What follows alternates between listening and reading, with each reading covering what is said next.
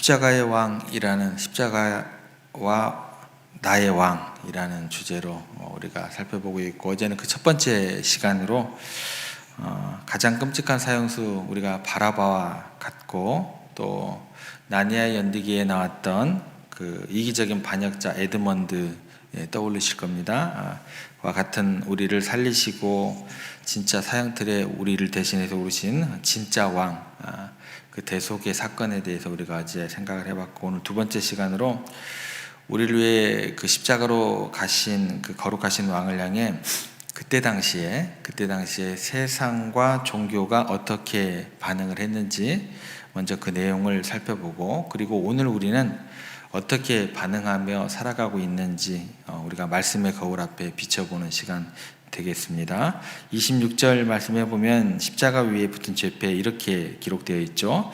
그 위에 있는 죄패에 유대인의 왕이라 썼고, 이 십자가 위에 이제 이 죄패의 어떤 그 내용을 기록하게 명령한 사람은 로마 총독 빌라도입니다. 여러분, 빌라도가 예수님을 진짜 자신의 왕으로 믿고 존경해서 그렇게 써붙였을까요? 라는 질문에 우리는 당연히 아닙니다 라고 대답을 하게 되죠.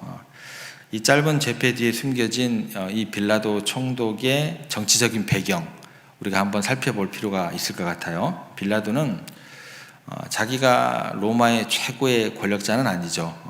로마 황제의 파견을 받은 최고 유대 땅에서의 권력자였고 재판장이었다라는 거죠. 그래서 이제 그 위치에 맞게끔 이제 예수님께 이제 끌려왔던 그 예수님을 대해서 이리저리 신문하면서 이 청년의 죄를 밝혀보려고 했지만 죄가 없다는 사실을 누구보다 정확하게 알게 됩니다. 그런데 유대 종교 지도자들과 또 그 무리들이 폭동을 곧 일으킬 것처럼 그 기세를 가지고 몰려와서 예수님을 십자가에 못 박으라고 또 막 미친 듯이 소리를 지르게 되죠. 그러니까 이제 빌라도가 겁이 덜컥 난 거죠.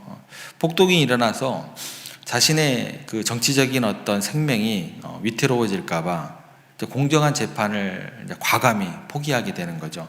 그리고 진리를 외면한 채 눈을 감고 또 무지한 청년을 십자가 사형에 처하도록 그들에게 내어주게 됩니다.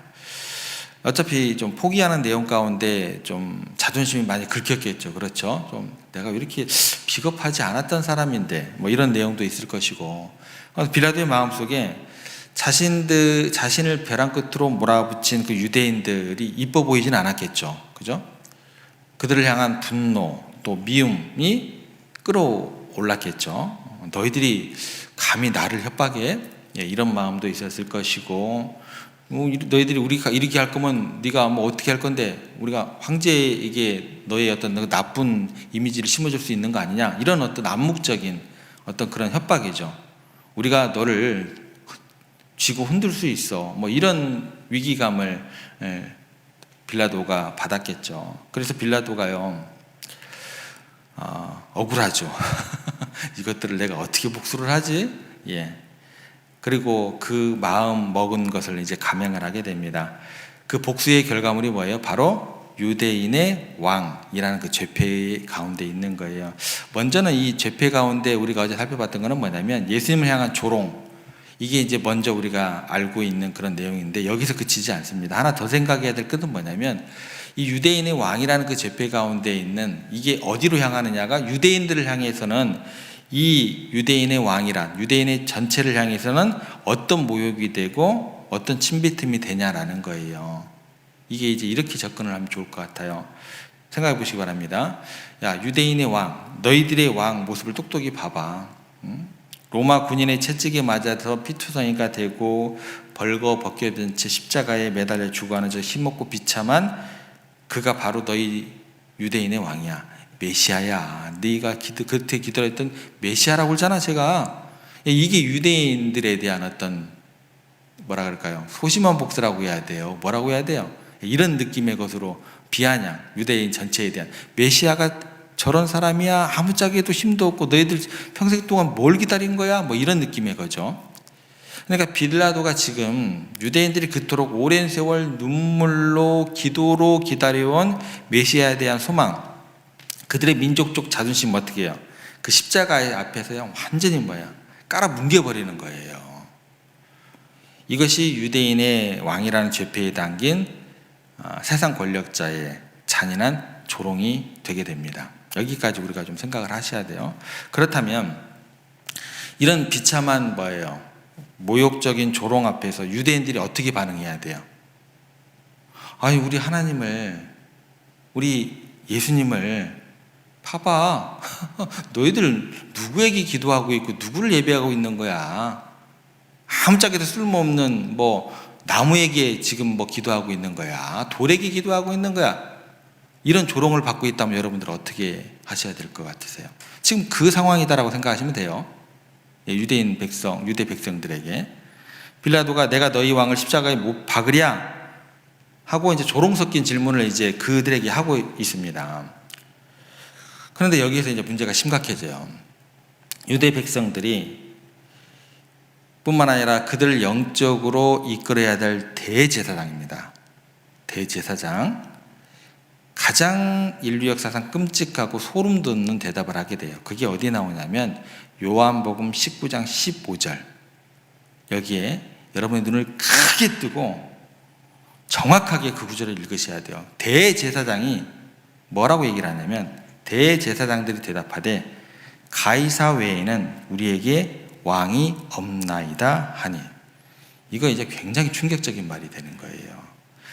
이게 왜 충격적인 말이 되는 거냐면 유대인들은요 태어날 때부터 쉐마라는 말씀을 암송하며 자라게 됩니다. 그들의 신앙이 근간이 되는 거예요. 쉐마가 뭐냐면 이스라엘아 들으라 우리 하나님 여호와는 오직 유일한 여호와이시니 오직 하나님만이 우리의 주님 되시며 왕이시다. 이것이 그들의 뭐예요? 신앙 고백이에요. 생명과도 맞바꾸지 않는 그들의 진리의 말씀이 되는 거예요. 더군다나 지금 어떤 상황이에요? 식민지 상황이에요. 그 식민 지배를 하는 이방 나라 로마를 백성들도 당연히 미워했고 또 스스로 신이라고 부르는 그 로마 황제 가이사를 인간의 탈을 쓴 악마처럼 여겼습니다. 그런데 지금 무슨 얘기를 하고 있는 건지 아시죠, 여러분들? 그들이 알량한 지위 지키기 위해서, 기득권 지키기 위해서 예수라는 눈의 가시를 제거하기 위해서 그들 스스로 뭐를 버리는 거예요? 율법도 버리고 신앙도 버리고 민족적 자존심도 버리고 백성의 눈물도 버리고 고통도 버리고 하나님도 버리고 뭐예요? 다 그 모든 것을 뭐예요? 쓰레기통에 내 던지게 되는 거예요. 누가요? 대제사장이. 뭐라고 해요? 그들이 가이사 외에는 우리에게 왕이 없나이다. 하나님은 어디로 가버렸죠?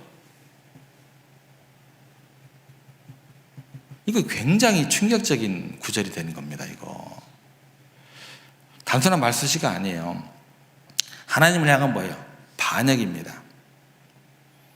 스스로 자신들의 영혼을 파괴하는 가장 무서운 영적 자살행위가 되는 거예요. 로마 군인들이 예수님의 그 손과 발에 망치질한 것은 사실이지만 결과적으로 뭐예요? 우리의 참된 왕을 십자가에 못 박은 것은 하나님을 버리고 가이사를 선택했던 뭐예요? 우리들, 유대인들이에요. 부정할 수 없는 고백을 아주 멋지게 빌라도 앞에서 우리의 왕은 하나님이 아니고 가이사입니다. 이게요, 이때 당시에 유대인들이 갑작스럽게 실수를 해서 나타난 모습이 아니다라는 거예요.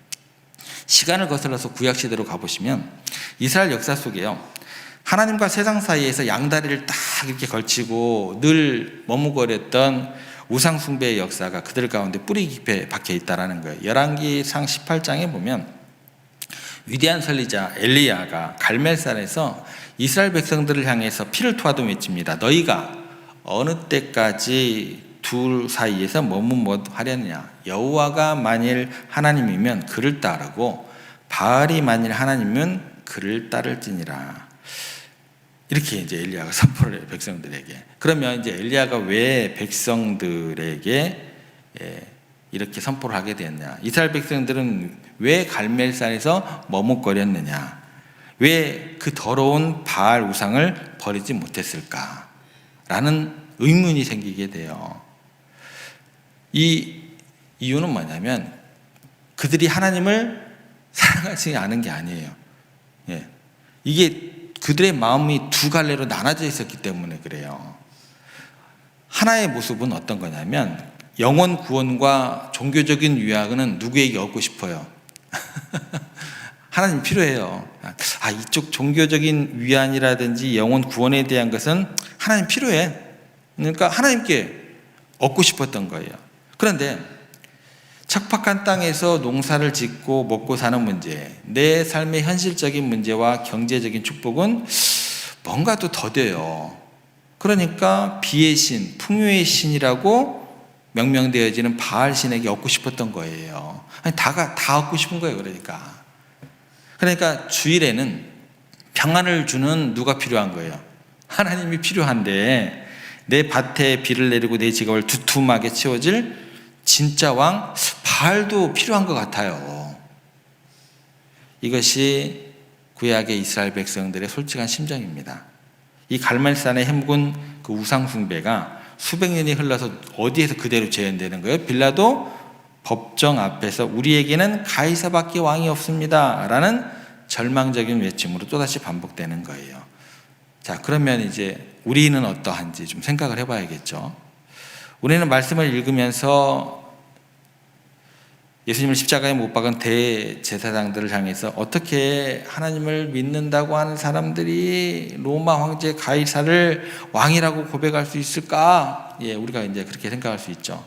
그런데 오늘 십자가 앞에 선 우리들의 그 모습, 말씀 앞에 비춰보기를 원합니다. 우리 안에도 언제든지 주님을 배신할 수 있는 현대판 가이사, 또 바알들이 숨어 있다라는 거죠. 입술로는 예수님을 나의 왕이다 라고 예배하지만 정작 삶의 치열한 어떤 순간에서는요, 내 기쁨과 슬픔을 통제하고 지배하는 진짜 왕이 예수님이 아니라 이제 돈이 되는 경우가 굉장히 많고요.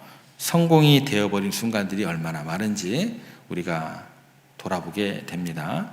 내 삶의 안전, 풍요를 위해서 나를 위해 대신 죽으신 예수님, 또다시 십자가에 내몰려도 전혀 우리는 슬퍼하지도 않고 우리의 마음이 어렵지도 않게 되더라는 거예요.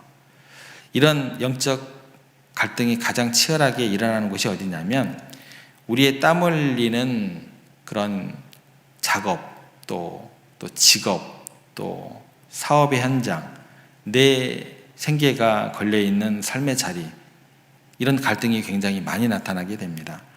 예수님을 왕으로 모시는 성도로서 세상의 편법, 이게 잘 거절이 안 되더라고요. 정직하게 세금을 내는 것, 어떻게든 정직하게 세금 내는 것보다 뒤로 꽁치는 게 더 좋죠. 교회들이 더 불법을 더 저지르기도 하고요. 말씀의 원리대로 기업을 경영한다. 내가 왜 그래야 돼? 그렇게 직장 생활을 하려고 하니까 당장 눈앞에 막심한 손해가 찾아오게 되더라는 거죠. 동료들에게 뒤처질 것 같고 승진에서 밀릴 것 같고 당장 거래처가 끊길 것 같은 두려움이 우리 가운데 없음하게 되더라는 거예요. 바로 그때 사탄이 광명한 천사의 모습으로 다가와서 우리 귀에 아주 은밀하고도 종교적이에요. 성경적인 것이 아니고 종교적인 속삭임을 우리 가운데 건네게 됩니다. 야, 괜찮아. 적당히 눈 감고 넘어가. 남들도 다 그렇게 살아. 일단 이 험한 세상에서 살아남아야지. 야, 일단 돈 많이 벌어. 그리고 성공해. 그리고 나중에 교회 많이 헌금하면 되지. 중국 기독교가 왜 무너진 줄 아세요? 야, 아편 많이 팔어. 교회 헌금 많이 해. 진짜 그렇게 했어요. 그 사람들이 뭐가 된 줄 아세요? 교회에서 장로가 됐습니다. 교회가 제대로 된 하나님의 뜻과 또 성경적인 가치관 펼칠 수 있었겠어요? 나중에 교회 헌금 많이 하면 되지 뭐. 나중에 그 돈 가지고 선교도 많이 하면 되지 뭐. 오히려 하나님께서 기뻐하시지 않을까? 예, 종교적인 속삭임이에요. 광명한 천사의 모습을 한 사탄의 목소리예요. 우리나라가 교회들이 그러지 않나 모르겠어요. 여러분, 굉장히 달콤하고 합리적입니다. 내가 짓는 죄를 아주 그럴싸하게 포장을 해줘요. 그런데 아까 우리가 요한복음 눈을 크게 뜨고 바라봐야 된다 그랬잖아요. 눈을 뜨고 크게 뜨고 이 땅의 교회들이 어떤 길을 가야 되는지 여러분들 생각해 보셔야 돼요. 사탄의 가장 무서운 기만입니다. 목적만 선하다면 과정은 세상의 방식, 가이사의 방식을 따라도 좋다.